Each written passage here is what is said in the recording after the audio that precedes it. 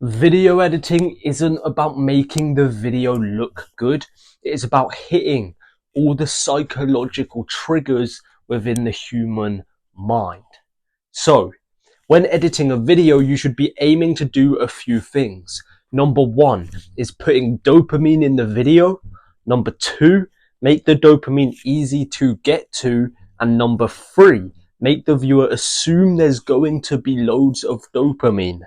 So let me explain exactly how you can include all of these in your videos through only editing.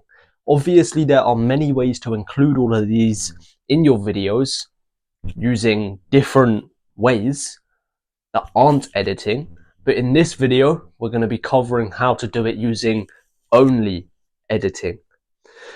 So firstly, to put the dopamine in the video, it's very important we include this in our videos, as this is the primary reason people are on the short form platforms. They want quick and easy dopamine. So dopamine release occurs when we feel pleasure. So how can we make our viewer feel pleasure? Through editing. Firstly, we can use something that's visually appealing. This is often referred to as an overlay, but could also be that the raw clip includes something visually appealing as well. So by choosing high quality and engaging video or image overlays, you can create a dopamine release for the viewer, the same way we get a dopamine release from certain parts of movies or highlights in sports. For example, when Ryan Garcia knocked out Devin Haney, my dopamine went through the roof. To choose good overlays, you can use Google Pixels, Discord GIFs, YouTube, Google Images, and I'm sure there's many more. Pixels, by the way, is a free app which gives you high quality pictures and images if you would like to download that. So secondly, we can use sound effects or ASMR that matches the video or animations. This is because our body naturally reacts in certain ways to certain sound frequencies, such as releasing dopamine, especially when they match whatever is happening visually. So if I drank this coffee,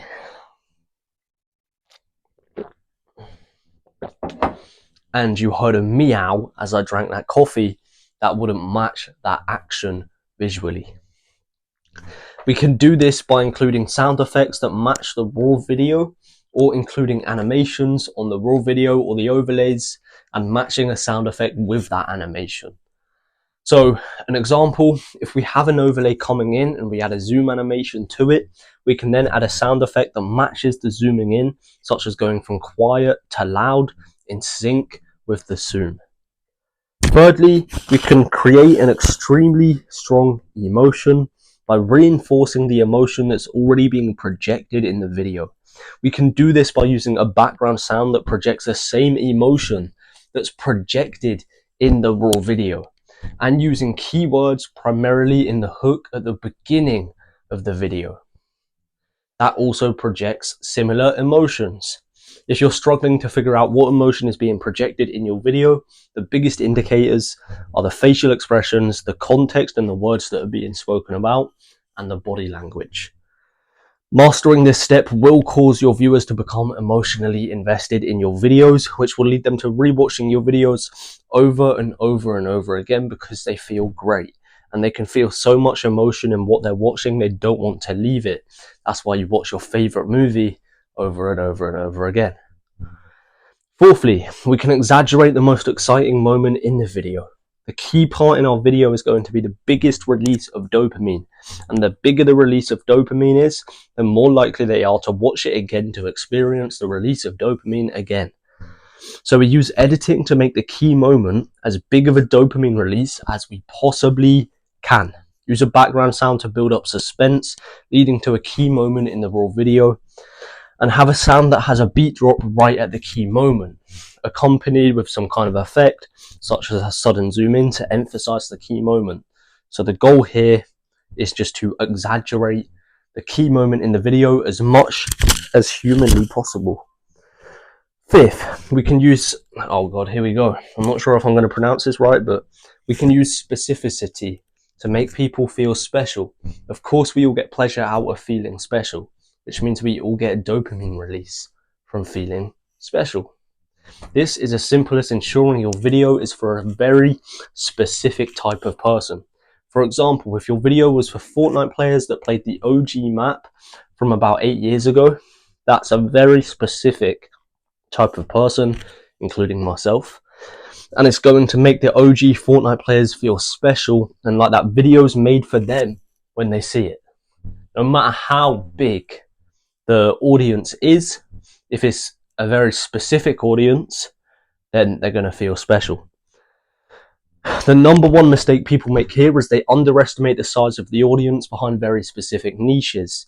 Don't think the broader your target audience is, the more views you will get. It's actually the other way around. The more specific your target audience is, the more views you are going to get. How can you use editing to include specificity? Use overlays and captions to highlight who the video is for. For example, an overlay of the OG Fortnite map and captions saying, "Remember this map?" ? That would immediately make it obvious that the video is for OG Fortnite players. Sixth, payoffs. These are extremely effective and can be used in so many different ways. Here are a few examples. A video building a house and you take small gradual clips, slowly building up to the end result, the house once it's finished. An MMA boxing fight where you slowly get to the bit where one guy knocks out the other. A movie where someone starts off losing and it shows their gradual story to end up winning. This is especially effective when the viewers are emotionally attached to a certain type of character or person. So, like anyone who's a fan of anyone. And that person that they're attached to ends up winning in some way. A recent example was Khabib's fans. When Khabib beat Conor McGregor, unfortunately, hopefully we get a rematch. The second that happened, their dopamine would have went through the roof.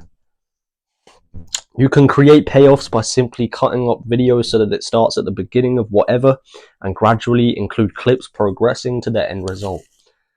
Now that we've covered how to give the viewer dopamine and make them feel good through editing, we will cover how to make the video easy to consume and watch whilst editing.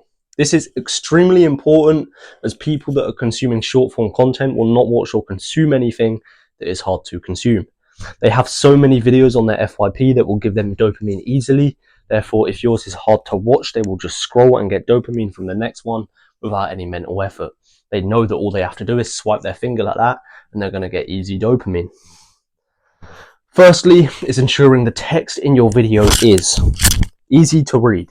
This means using a clear font, highlighting the text with a black outline, making sure it's not too big nor too small, avoiding having too much text on the screen at once, as the more they have to read, the harder it is to watch and the harder they perceive or assume it is going to be to watch. And lastly, putting your text in the center of the screen, as this is naturally where the human eye is looking, so they won't have to use any effort to look in any other direction. Secondly, you must make sure the overlays match exactly what's being said. Imagine you're creating a video for a 5-year-old and the video has no audio, it has no captions on the screen, and all you can show them are the overlays that you're putting in the video. And with those overlays, you visually have to relay all the information in the video, the story, whatever it is, to this 5-year-old. And that's how you can test how good your overlays are. So videos are 100 times easier to watch when the visuals clearly portray what's happening. Thirdly, use keyframes so that the most important thing visually is always in the center. Whether this is the raw video or the overlays, this way the viewer never has to look in different directions. Also, use face tracking so that the face is always in the center of the screen. Once again, meaning the viewer doesn't have to look in different directions. Fourthly, cut out all the breaks and gaps in your videos. If there's half a second of silence or a quarter of a second of silence between someone talking, cut it out. Why? Because it creates boredom, and the more bored people get, the harder they find it to concentrate and watch your video. Think of a kid getting bored. The more bored he gets, the harder he finds it to stay still. Fifth is ensuring everything makes sense. Remember the last film or video you watched? This is absolutely horrible. And the lips were out of sync with the audio. As I said, it's horrible. And you just do not want to watch it. That's because you're confused as to why the visuals don't match the sounds. This step sounds complicated. That's arguable. It doesn't really sound complicated. I don't know why I've written that, but usually it's applied by default. But when you watch your video, ask yourself, does everything make sense, such as the pace of the talking with the pace of the background sound, or does the emotion of the background sound match the emotion of the raw clip? And lastly, you must understand that making mistakes in your editing, such as a bad animation or the wrong overlay, can completely ruin your video and your reach and views, as it will make the video much harder to consume and cause people to scroll in that moment. Bad editing will ruin your video. And finally, we will move on to the last one, how to give your viewer positive perceptions and assumptions about your video from the beginning to the end, using editing. This is so important because if at any time in your video the viewer assumes your video is bad, they're going to scroll. Perceptions, assumptions are more important than the video themselves. If your video is absolutely amazing, but they assume your video is going to be bad, they perceive it's going to be bad, they're not going to watch it anyway. So there was no point in having an absolutely amazing video. So firstly and most importantly is simply the quality of your video. If you have a low quality video, people will assume your video is going to be bad, whether it's good or not. So ensure your videos are high quality, and if they're not, you can use a simple 4K quality trick, which you can find on YouTube. Yeah, I'm sure it'll be on YouTube if you don't know what the 4K quality trick is. Now, before we continue, I just want to let you know that if you're serious about going viral with faceless content, just like my student here, who gained 500k followers, his name is Sean, in his first few months, amazing, then check the link in my bio. And by the way, he went from nothing, just like you guys. He knew nothing about it. He went from nothing to 500k followers in his first few months. And if you want to do the same and achieve similar results to him, then check the link in my bio and join Growth Academy. And as I have here, getting quick, as it is currently at half price, so you will get 50% off. And that is only going to be for the next week. So I highly recommend you get in ASAP. Now, going back to the video, the point we were on was how to give your viewers positive perceptions and assumptions about your video using editing. And we're on the second point, and that is to use suspense so that the viewer assumes something great is going to happen. The only effective way you can build up suspense through editing is by using a sound that builds up to a beat drop. But you could also do stuff such as cutting your video up in a way that is evidently leading to a key moment, like cutting it so that with each clip, the emotions gradually get stronger. Or you could use certain animations and effects, such as using an extremely slow zooming in. Obviously, an extremely slow zooming in isn't very effective, so unless the beat drop happens in like the first 5-10 seconds, then a zoom in probably ain't going to be the one. Thirdly, and very similar to the previous one, is using written hooks to make the viewer assume something great or interesting is going to happen. If you assume something is going to happen that you want to see, then you're going to watch until you see said thing. For example, if you assumed that Godzilla was going to RKO Godzilla and you wanted to see, sorry, what did I say? If you assume King Kong is going to RKO Godzilla and you want to see King Kong RKO Godzilla, you're going to watch the video until the end to try and see when King Kong RKOs Godzilla, regardless of whether King Kong RKOs Godzilla or not. And just so you know, a written hook is simply just captions that you include in the first 3 seconds of your video, usually at the bottom of the screen, where you describe the most interesting or exciting thing in your video, but ensure you use up no more than 2 lines. So you want 2 lines. I usually say no more than 6 words, and that's pretty much it. Sometimes I'll go for 7, maybe 8 words, depending on how important the extra few words could be. So yeah, stick to that. And then fourthly, high quality editing. If the editing is bad right at the start, they will assume the video is also going to be bad, which, as mentioned earlier, bad editing can ruin your entire video. Whereas if the editing is extremely good, they are going to assume the rest of the video is also going to be extremely good. So, going on to the next point, these are the three primary components, everything we've just covered. They're the three primary components of all viral videos. Start including them in your own videos if you want to start going viral. Just to remind you, it was number 1, putting dopamine in the video. Number 2, make the dopamine easy to get to. And number 3, make the viewer assume there's going to be loads of dopamine.